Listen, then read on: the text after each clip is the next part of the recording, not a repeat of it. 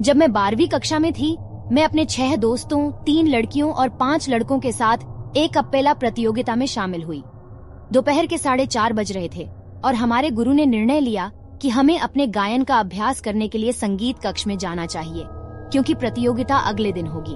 हम लगभग 2 साल से उस स्कूल में पढ़ रहे थे, लेकिन हमने पहले कभी उस कमरे में प्रवेश नहीं किया था। जैसे ही हम कमरे में दाखिल हुए, सबसे पहले मेरी नजर दरवाजे के पास स्थित पियानो पर पड़ी। ये काफी पुराना था, साथ ही कमरे के कोने में रखे अन्य गिटार भी। एंडी, पियानो को घूरना बंद करो, ये एक पुराना पियानो है, तुम इसे नहीं खेल पाएंगे।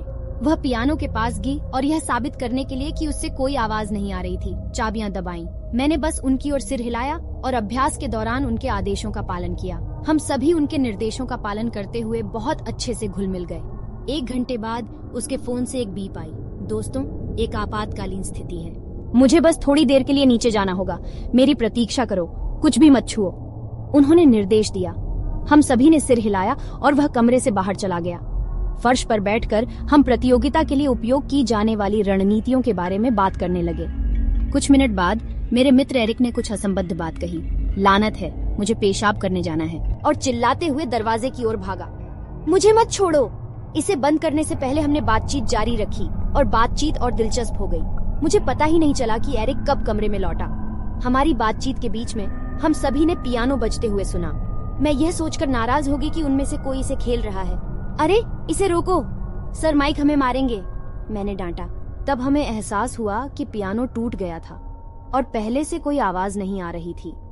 हमने पियानो की ओर देखा और वह अपने आप बज रहा था। हम सब अपनी जगह पर जमे हुए थे, अंदर तक कांप रहे थे।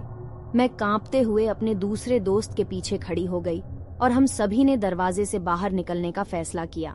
मेरा दोस्त एरिक इतनी बुरी तरह घबरा गया था कि पहले तो वह दरवाजा ही नहीं खोल सका। मेरी दूसरी दोस्त ट्रिना ने मोर्चा संभाला और तुरंत दरवाजा खोला। हम अपने गुरु को यह बताने के लिए नीचे भागे कि क्या हुआ था। सर, पियानो अपने आप बज रहा था। मैं रोई। वह सदमे में था और उसने हमें अभ्यास जारी रखने के बजाय आराम करने के लिए घर भेजने का फैसला किया। अगले दिन हमें पता चला कि उस कमरे में एक नन की मृत्यु हो गई थी और उनका रुझान संगीत की ओर था। हमारे गुरु ने मजाक में कहा कि वह सिर्फ हमारी मदद करने की कोशिश कर रही थी, लेकिन यह हमारे लिए कोई मजेदार अनुभव नहीं था। हमने किसी नन को बजाते हुए नहीं देखा था, लेकिन पियानो को उसकी चाबियां बजाते हुए देखना भयावह था।